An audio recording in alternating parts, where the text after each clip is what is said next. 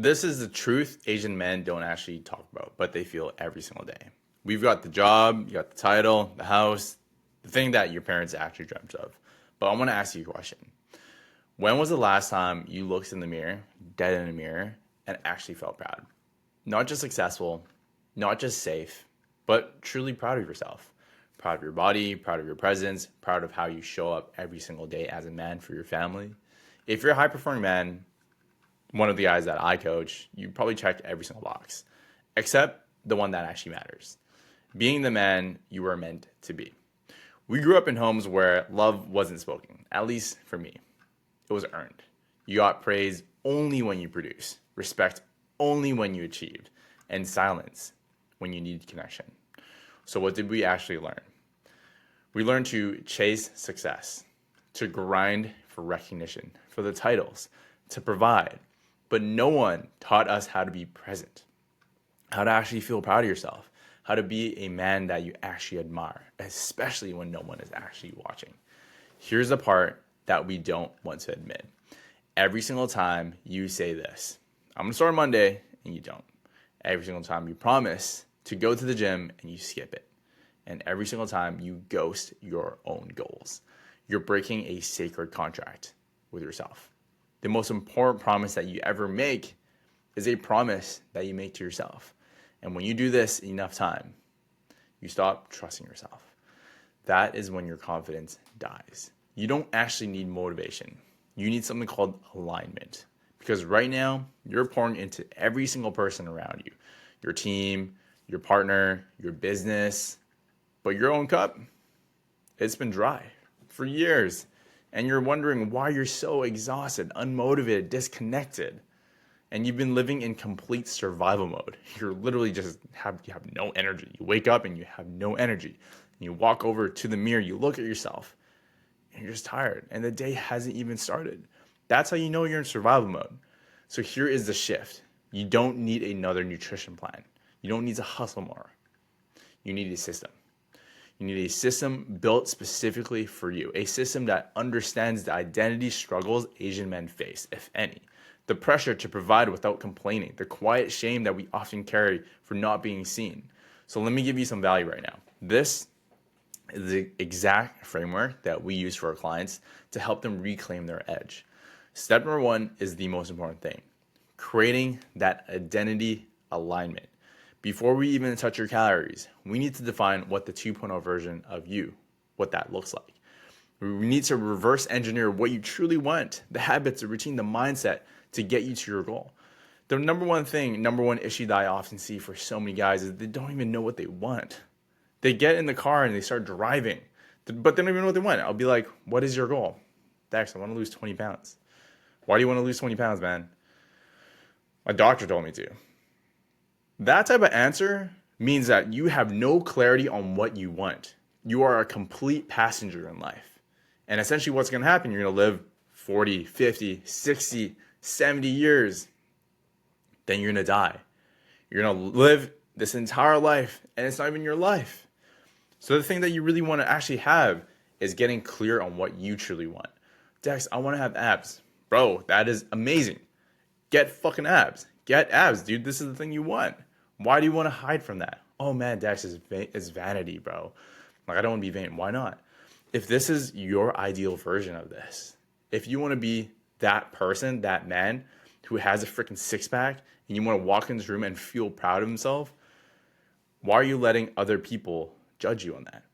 Other people might think it's vain. Who cares? But that's the thing that you want. If you want to live that life where you can literally take off your shirt and have freaking bricks grab, by the way, it's an incredible life. And that's the life that you want.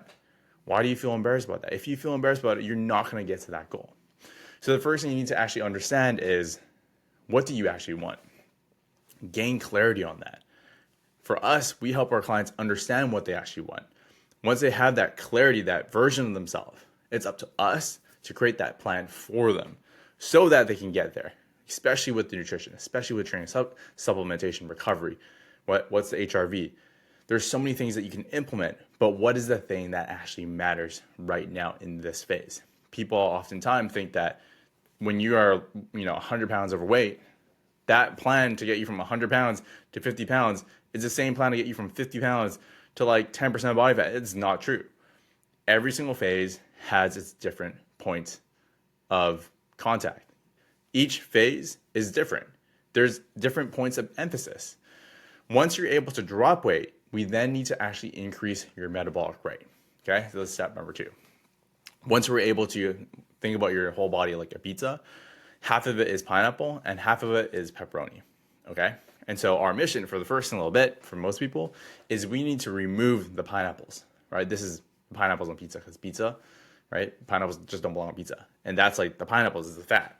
Okay, so over time, when you get through a calorie deficit, everyone needs to be in a calorie deficit to lose weight. You have to start to remove the pineapples. But eventually, there's going to be a point in time where you can no longer remove the pineapples. Why? Because your body needs to adapt. It's part of a protective mechanism. Even though a lot of people, they'll start to see that weight go down, you're no longer removing the pineapples, the fat. So what's going to happen is you're still in a calorie deficit. You know, some people that do like literally 3, 4, 5 day fast or whatever it is, right? All that's happening in the situation is your body's holding on to the fat. So the only thing that's going to give is all that pepperoni. So now you're ripping off all that pepperoni. This is why people can lose 20, 30, 40, 50 pounds, but still look sick. They look skinny fat. They don't have a process specifically to reduce their body fat percentage in a healthy, ideal range to save their metabolic rate. So once you're able to reduce that body fat, though, let's say you do it correctly, we need to increase your metabolic rate.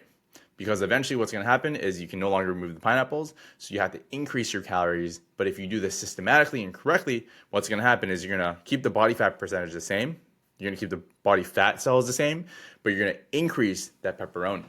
Since you have the same number of fat cells, hopefully, right? You want to reduce the amount of fat cells that's going back on your body, but you increase the pepperoni, which is the muscle mass. What's going to happen here is your body fat is going to start to increase. This is how our clients are literally like, dude, what the heck? I'm eating so much right now, and I'm like literally getting shredded because they actually have a systematic process to decrease their body fat percentage while eating more.